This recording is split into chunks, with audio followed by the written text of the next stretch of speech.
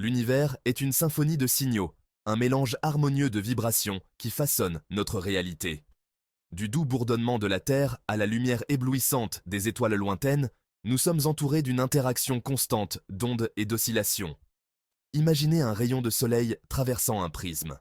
Le prisme, agissant comme un outil mathématique, sépare la lumière blanche en ses couleurs constitutives, révélant le spectre caché à l'intérieur.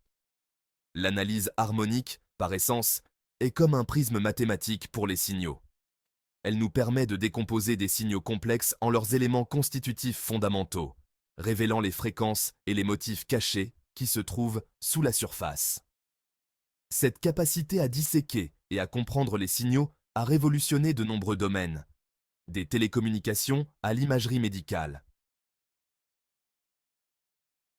À la base, l'analyse harmonique est l'étude de la façon dont des signaux complexes peuvent être représentés comme une somme d'ondes périodiques plus simples. Ces ondes plus simples, appelées harmoniques, sont les éléments constitutifs de signaux plus complexes. Tout comme un accord musical est composé de plusieurs notes jouées simultanément, un signal complexe peut être décomposé en une série de fréquences harmoniques.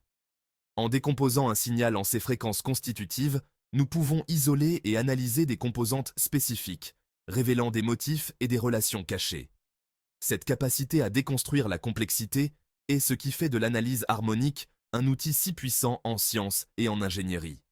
L'importance de l'analyse harmonique réside dans sa capacité à faire le pont entre le domaine temporel et le domaine fréquentiel. Dans le domaine temporel, nous observons comment un signal change au fil du temps.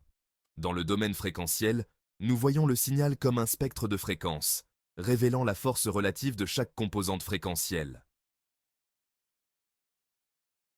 L'un des outils fondamentaux de l'analyse harmonique est la série de Fourier, nommée d'après le mathématicien français Joseph Fourier. Cette série mathématique fournit un moyen de représenter des fonctions périodiques, des fonctions qui se répètent sur un intervalle spécifique, comme une somme infinie de sinus et de cosinus. Imaginez une corde vibrante sur un instrument de musique. Lorsque la corde vibre, elle produit une onde sonore qui se répète dans le temps. Cette onde périodique, bien que semblant complexe, peut être exprimée comme une combinaison d'ondes sinusoïdales et cosinusoïdales, plus simples, avec différentes fréquences et amplitudes. La série de Fourier fournit la recette mathématique pour déterminer la combinaison exacte de ces ondes plus simples, nécessaires pour reconstruire la fonction périodique d'origine.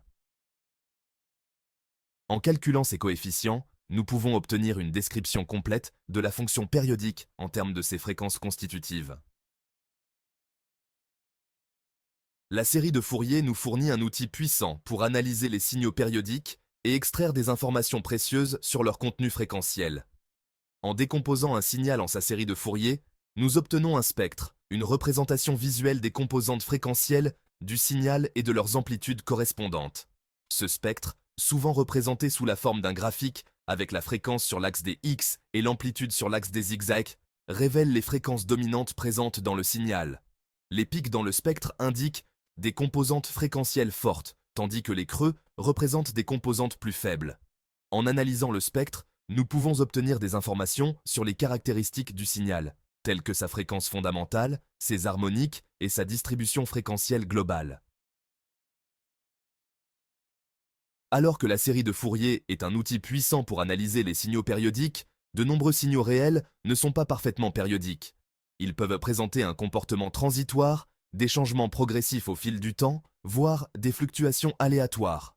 Pour analyser ces signaux plus généraux, nous avons besoin d'un outil plus polyvalent, la transformée de Fourier. La transformée de Fourier peut être considérée comme une extension de la série de Fourier pour gérer les signaux apériodiques. Au lieu de représenter un signal comme une somme d'harmoniques discrètes, la transformée de Fourier le représente comme une intégrale sur une plage continue de fréquences. Cette opération intégrale transforme le signal du domaine temporel au domaine fréquentiel, révélant son contenu fréquentiel avec une résolution infinie. La représentation mathématique de la transformée de Fourier implique l'intégration du signal multiplié par une fonction exponentielle complexe. En intégrant sur toutes les fréquences possibles, nous obtenons une représentation complète du signal dans le domaine fréquentiel. La transformée de Fourier est un outil fondamental en traitement du signal, nous permettant d'analyser et de manipuler les signaux de multiples façons. En transformant un signal dans le domaine fréquentiel, nous accédons à son contenu fréquentiel, ce qui ouvre un large éventail de possibilités. Par exemple, dans le traitement audio, la transformée de Fourier nous permet d'identifier et de supprimer le bruit indésirable des enregistrements. En transformant le signal audio dans le domaine fréquentiel, nous pouvons isoler les fréquences associées au bruit et les supprimer, laissant le signal audio souhaité intact.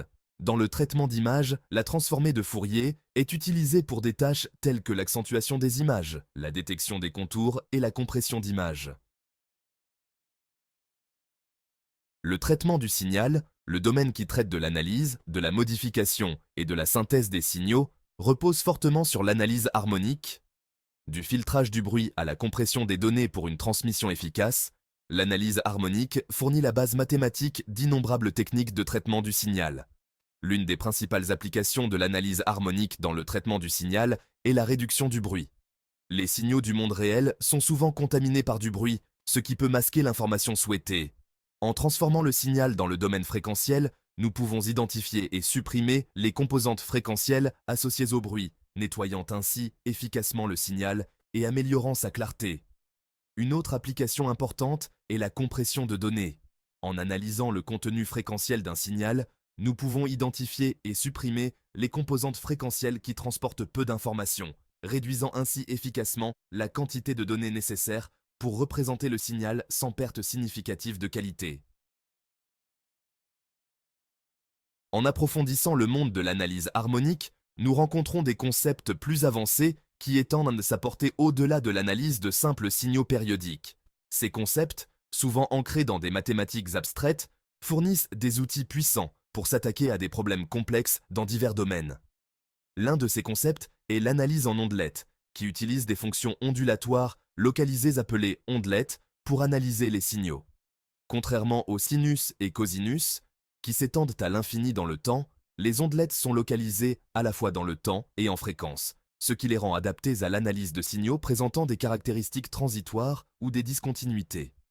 Un autre concept avancé est l'analyse temps-fréquence, qui cherche à représenter un signal simultanément dans les domaines temporels et fréquentiels. Les concepts de l'analyse harmonique s'étendent au-delà du domaine familier des nombres réels et complexes dans le monde abstrait des groupes mathématiques. Un groupe, en mathématiques, est un ensemble d'éléments munis d'une opération qui combine deux éléments quelconques pour former un troisième élément dans l'ensemble, satisfaisant certains axiomes. L'analyse harmonique sur les groupes explore comment les fonctions définies sur les groupes peuvent être décomposées en fonctions plus simples qui respectent la structure du groupe. Cette branche de l'analyse harmonique a de profondes implications dans des domaines tels que la théorie des nombres, la théorie des représentations et la mécanique quantique. Par exemple, en mécanique quantique, l'état d'un système quantique est décrit par une fonction d'onde qui évolue dans le temps selon l'équation de Schrödinger.